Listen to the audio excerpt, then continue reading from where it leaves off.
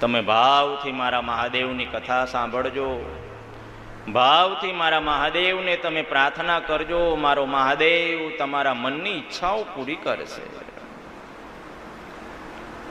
भगवान शिव की कथा से नूर मिलता है, सबके दिलों को सुकून मिलता है. जो जाता है मेरे महादेव की कथा में, उसको कुछ ना कुछ जरूर मिलता है, उसको कुछ ना कुछ जरूर मिलता है. જે માનવ મારા મહાદેવની કથામાં જાય, ભગવાન શિવજી એના મનની ઈચ્છાઓ પૂરી કરે છે. કોઈ તનથી દુખી હોય, કોઈ મનથી દુખી હોય, કોઈ ધનથી દુખી હોય. જગતનો